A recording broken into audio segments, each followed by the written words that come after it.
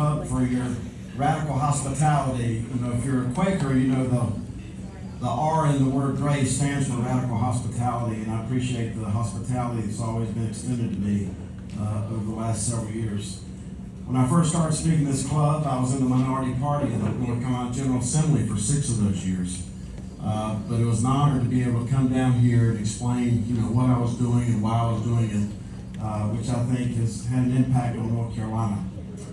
I also want to say that as thank you for all being volunteers and grassroots folks. I never hold back, but I'm definitely not going to hold back tonight in terms of my opinions about certain things. Number one is that I'm asked so many times, even by people who are sophisticated, well, you're still going to be the treasurer, right? You cannot dual file in this state. So I'm spending my last 9 weeks as the state treasurer doing what I've done for my 20-year career in Raleigh, and that is doing what I told the voters I would do on behalf of the citizens and the taxpayers of North Carolina. So as we move forward, I want to first thank my wife. There's been a 5-part series in the North State Journal over the last few weeks about the fact that really I'm the least likely person in the state to ever be the state treasurer of North Carolina. And the reason is that some of you have heard this story. And I was reminded of it recently when somebody brought up the term ICT. If you're as old as I am, you remember that ICT stands for Industrial Cooperative Training. The reason I was in ICT is my IQ was too low. And they wouldn't let me in DE, which was distributive education. And the reason I'm telling you that is that it doesn't matter where you start in life. It has no bearing where you end up if you're standing on the shoulders of the right people. When I was introduced a few moments ago, part of my resume is that I was Speaker Pro Tem of the House. Carolyn Justice always said I was one good haircut away from being Speaker of the House. I want to remind all of you it costs a lot to look this cheap. And evidently I'm one good haircut away from being the governor of North Carolina. So it seems like my whole life, Jack, is one good haircut away. But in this series, the North State Journal did, especially the last series, the last segment of it, it paid the respect to my wife, Cynthia. People ask me about my work ethic. I've been in Raleigh 20 years, no kitchen, no TV, and that's by choice. This is not my home. My home is Winston-Salem. And I think a lot of people come to Raleigh and they create a separate life for themselves, which ends up not only turning them into counterfeit conservatives, but it also leads them to make decisions that are not in the best interest of the people that they should honor. I said to a reporter the other day, "Why do you work so hard?" And since I used to stutter, sometimes these thoughts I need to think about them a moment before I say them. The reason I work so hard is that if I came to Raleigh to be half-assed, what would that say about the things that I love? So the reason I come to Raleigh and work so hard is that I want to pay due respect from my family, my wife, my routines, my motorcycles, all the things that I do back in Winston-Salem. Because I want to pay due respect to those things that I'm leaving every Monday for the last 20 years. A.P. Dillon did not print this because she asked me in these interviews how I met my wife, and I said, I was just minding my own business. And I'm going to tell a very quick story, and you decide what happened. Back in the 80s, I was calling on a firm, and this amazing young lady asked me about my car. Now, Donnie, this was not a Mustang. This was not a Hemi. This was not a Ram truck. This was a yellow '81 Honda Civic.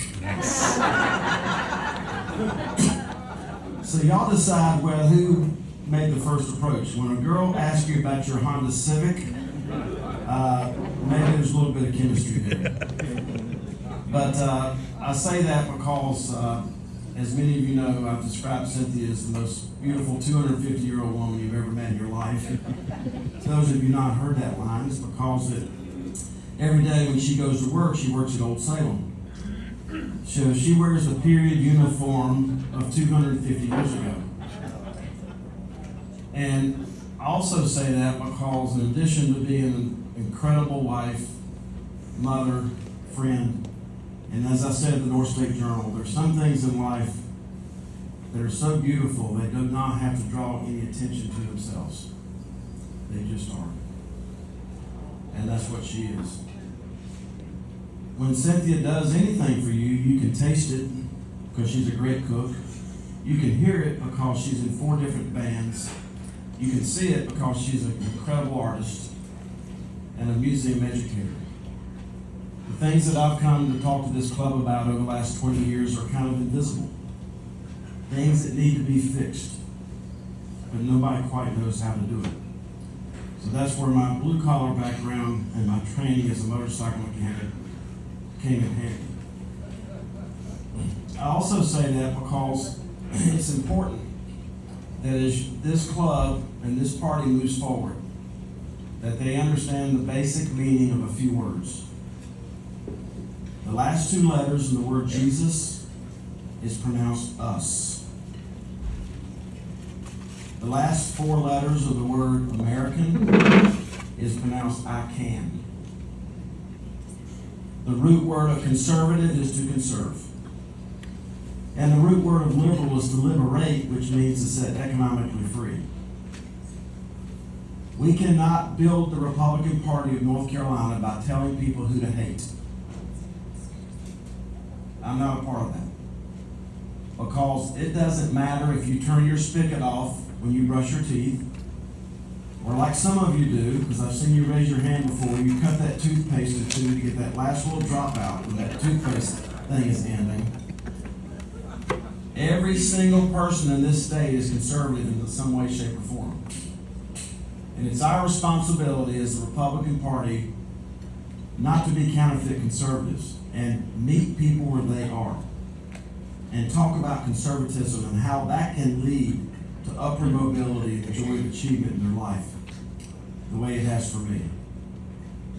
I was criticized by North Carolina Speaker Tim Moore a few weeks ago because I was having a conversation with Senator Bernie Sanders. Now I want to tell you how that conversation started. It started by Senator Sanders asking me, am I sure that I want to talk to him? And I reminded him of my Quaker roots and that the blood runs through me is not to look the other way and to be fair and just.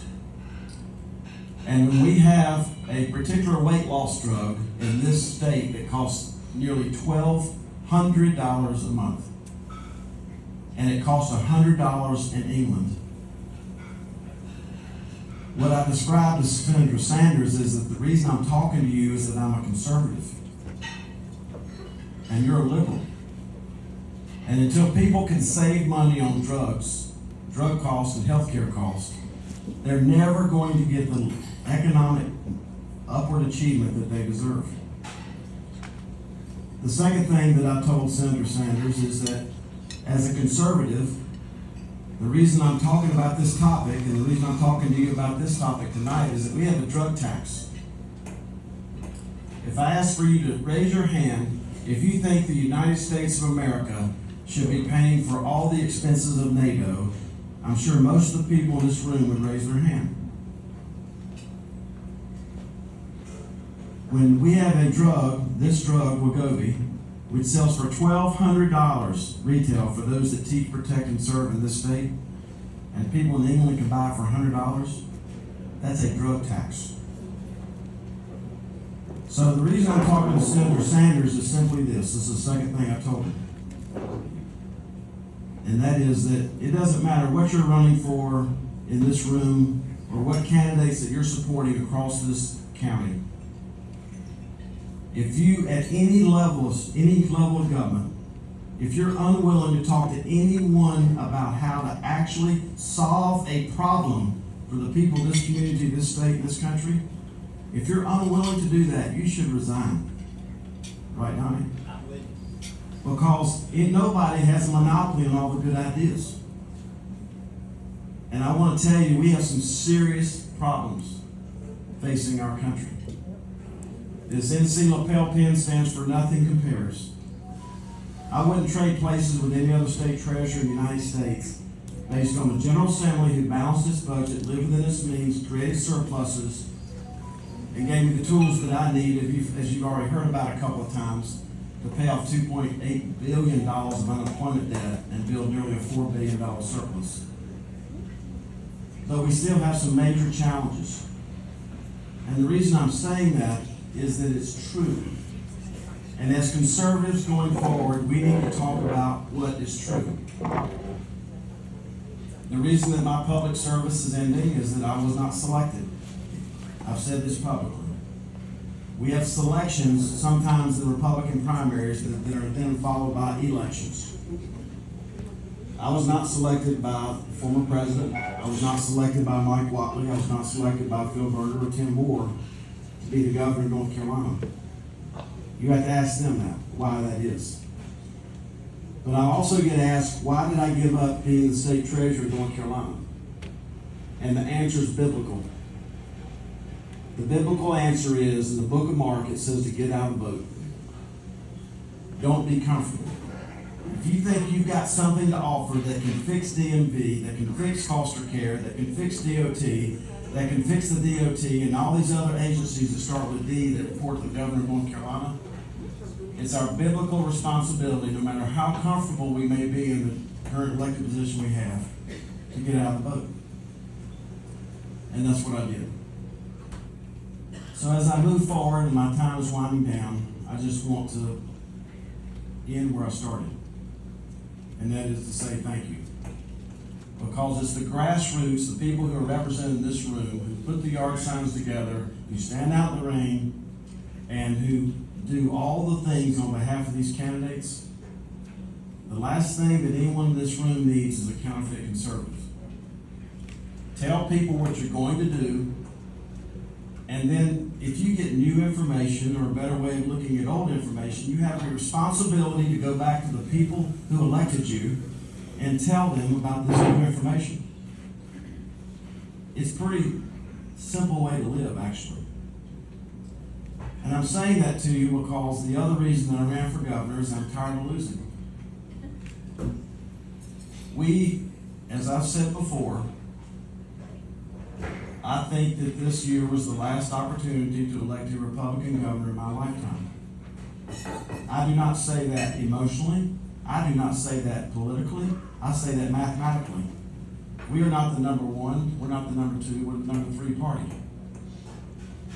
Secondly, my vision, which I'm not going to spend much time on, is to go back where we were 12 years ago. And I want everybody to listen to what I'm getting ready to tell you.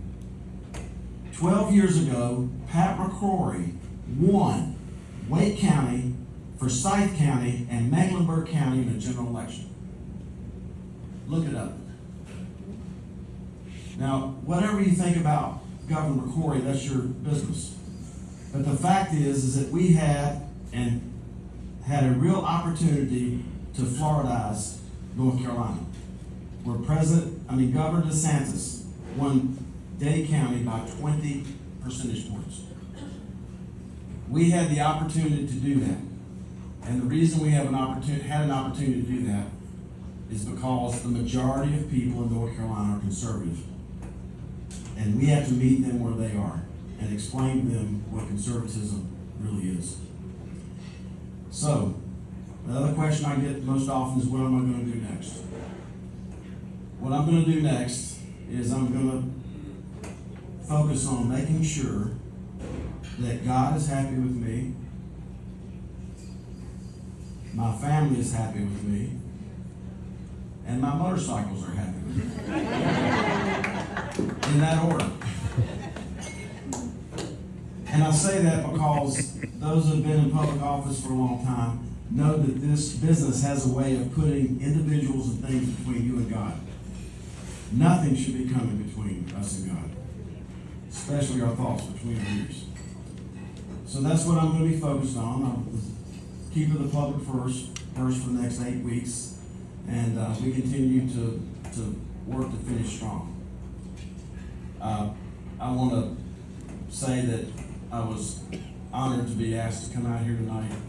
Thank you for your hospitality. I know that my time is up, and I want to thank you for yours. Thank you, guys.